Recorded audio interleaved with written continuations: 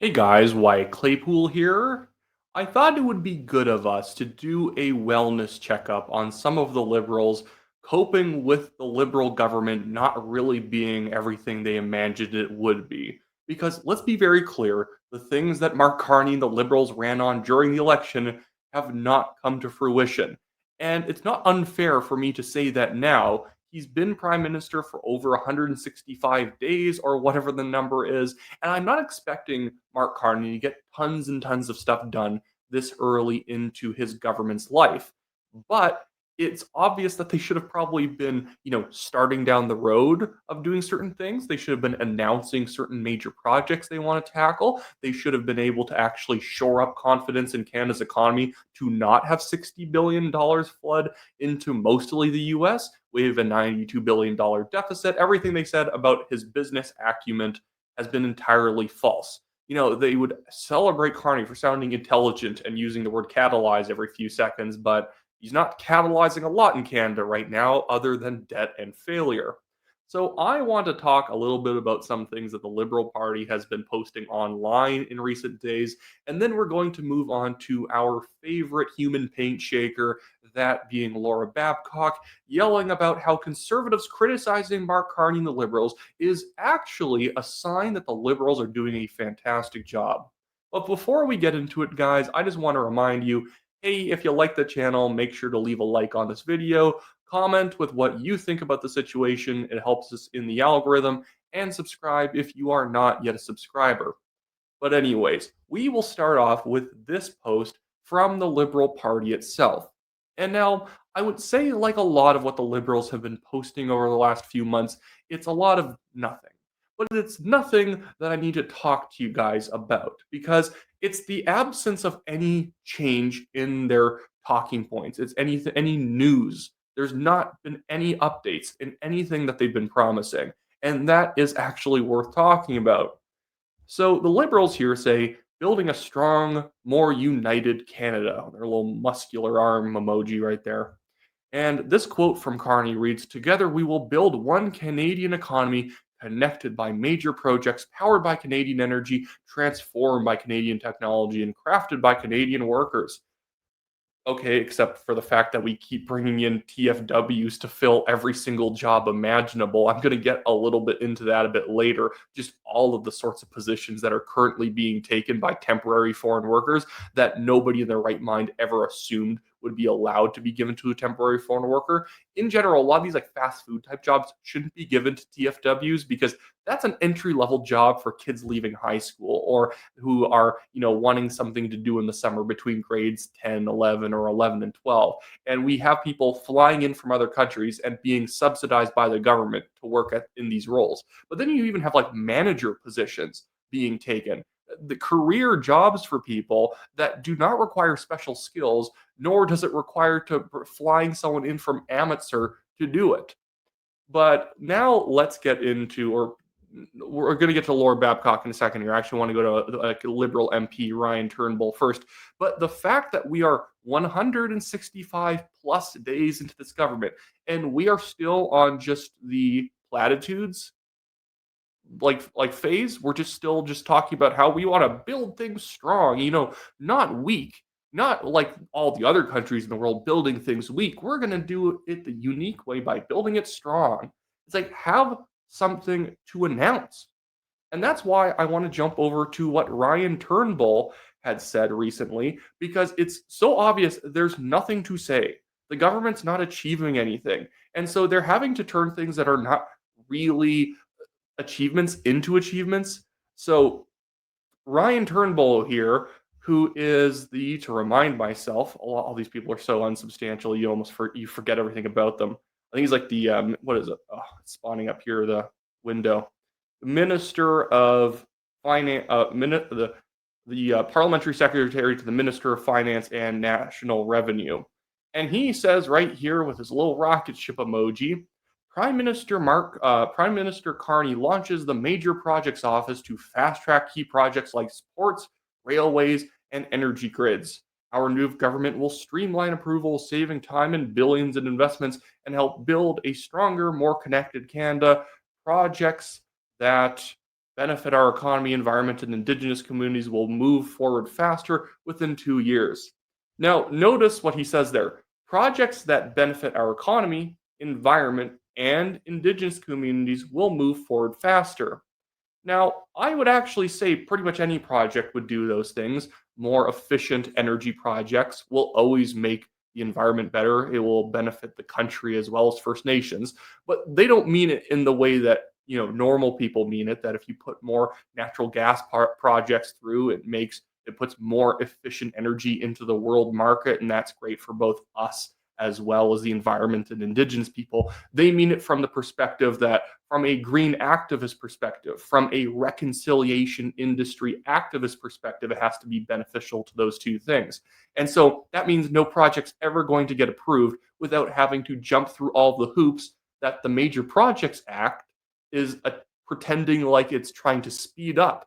We're not speeding up anything. We are speeding up aspects of projects that were not the slow part to begin with. The slow part was indigenous consultation and environmental overviews and inspections and like having to do extra town halls in order to be able to approve something, because we need like everyone and their dog to say yes before we can actually fast track the thing, which means it's not really fast tracking. But yeah, we're just announcing that we have a office opening that might fast track stuff. This is not an accomplishment that you should be announcing this late into the game. This is first 30 days sort of thing to announce. No one's expecting you to get a lot done yet, but hey, we have an office set up and we're taking it seriously. You can't say that like a half a year later saying we're going to attempt to take it seriously. This should be obvious. But anyways, now we are going to get to Laura Babcock here, who again,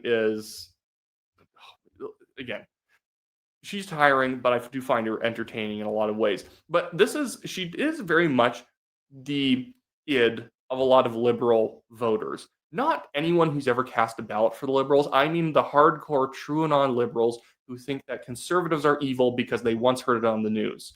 And Laura Babcock represents their perspective perfectly. And I truly kind of admire her ability to say dumb things, thinking that it's like a great gotcha, that, hey, you think that Carney's doing a bad job? Well, because you think Carney's doing a bad job, that actually means he's doing a good job. But I will let Laura Babcock say her piece here. Again, whoever's been withholding Laura Babcock's lithium from her, please show yourself and get her back on her medication. But for now, we do have to point and laugh. The new narrative from Poilievre and the Canadian MAGA Party is that Carney is accomplishing nothing. This is what they're trying. The stronger Carney is for Canada, the worse rhetoric we are seeing out of Pierre Poilievre. I have never seen a leader of the opposition denigrate the country. What was sad to see to me after the by-election with Mr. Poilievre regained a seat in the House of Commons is that he did not learn how to pivot over the summer. That his message of Canada is broken is really just so completely tone deaf at a time when Canada is feeling very united. What do they mean very united? Like, I guess rhetorically, a lot of Canadians are feeling a bit more patriotic, but we're not like in better shape. And it is right for Poilievre as the opposition leader to oppose the government's agenda that is in fact not good for the country. Will it maybe be better than what Justin Trudeau was doing? Sure. And I think that's where a lot of liberals are going to try and get away with the idea that Carney's doing a good job because we're doing better than we were under Justin Trudeau. But pretty much anyone would have done better than Trudeau, because at least Trudeau had like the ego and pride reason to not want to reverse himself, where even though Mark Carney was his economic advisor and helped, contribute heavily to all of the economic failures that Trudeau brought us, Carney wasn't the one personally like as the face of those failures, so he can kind of pivot around it a bit. But so far, he hasn't done anything. And these people getting absolutely exercised about the fact that the opposition is going to do the opposition's job is very telling about what they expect from media. This is why they don't like independent media. They don't like anyone who's going to be critical of their favorite party. You should have people critical of your favorite party. I don't mind when people criticize the Conservatives. I criticize the Conservatives from time to time. I don't do it obsessively because, anyone can nitpick. Generally, I agree with their stances. I would always say to avoid any creator who's only going to tell you good things about the Conservatives. But the fact that she is like physically shaking over the fact that Conservatives do in fact criticize the Liberals, for, in fact, not getting things done. And she turns this into, actually, this means they're doing a great job.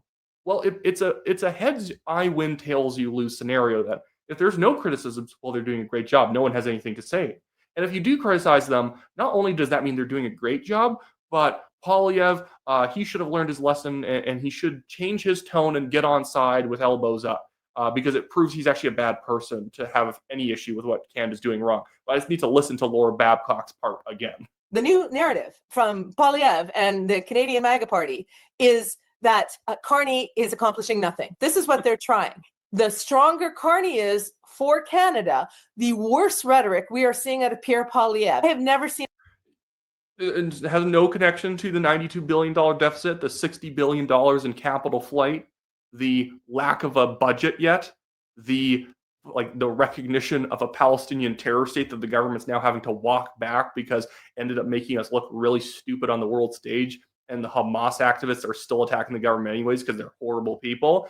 We have Parks Canada banning Sean Foyt from being able to have concerts. We have the government just, and across the board, has been hurting its credibility on trade, on foreign policy. Our fiscal house is not in order. We have no replacement for the parliamentary budget officer who is about to be out of a job on the 1st of September. And no major projects have been put out. And also, we have, and I want to get to these stats now, we have so many positions that are being currently exploited for TFW labor. Here, check out this chart. These are temporary foreign worker positions in these different areas of work.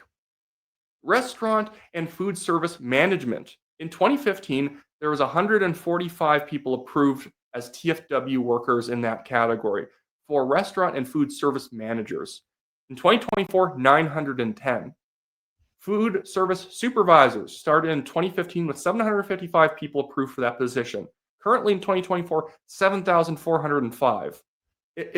These sometimes are either career jobs, people who went to business school and they're in hospitality. This is the type of job they would be taking, a restaurant manager.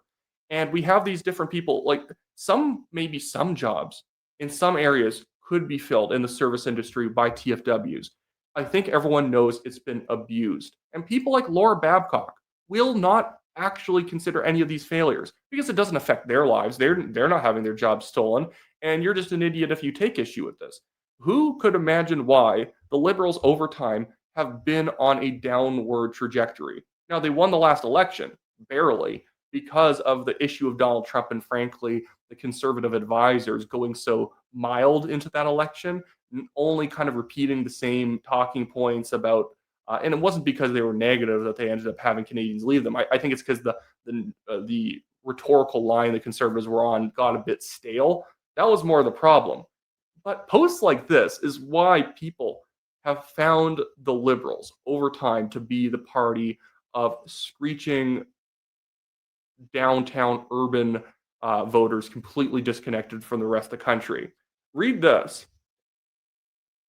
He's responding to Nate Erskine-Smith, a Liberal MP restarting his weekly podcast or bi-weekly podcast, whatever it is. This person says, start tackling the rise of U.S. Christian nationalism in our parliament. 96% of the CPC MPs are sponsored by U.S. evangelical orgs, Patriot, Mobile, Liberty University, Coalition of Life, National Prayer, NRA, etc. It needs to be addressed ASAP. Stopping religious money equals stopping the right wing. Now, I don't think I need to tell you that's not true. Do you think American brands, American third-party advertiser groups are putting money into Canadian elections and behind Canadian politicians? They're not. That would be highly illegal. But these people can truly convince themselves of anything because they watch so much media who ends up pumping up fear about fascism and the far right that they will be willing to lie to themselves. Because I'm going to be honest in saying that this guy probably was never told anything like that. There's probably no source he's ever read that said that. He feels like it's right, so he goes around saying it. That's the problem. And that can happen on the right too. There are people who they will see a few breadcrumbs and they'll be like, oh my goodness, this is liberal corruption. That's not helpful. But there are a lot more people I find on the left these days who no matter what a conservative does, they know it's evil right away. It could even be something that the Liberals also do, but they know the Conservatives doing it is evil. And then you wonder why you're losing younger people.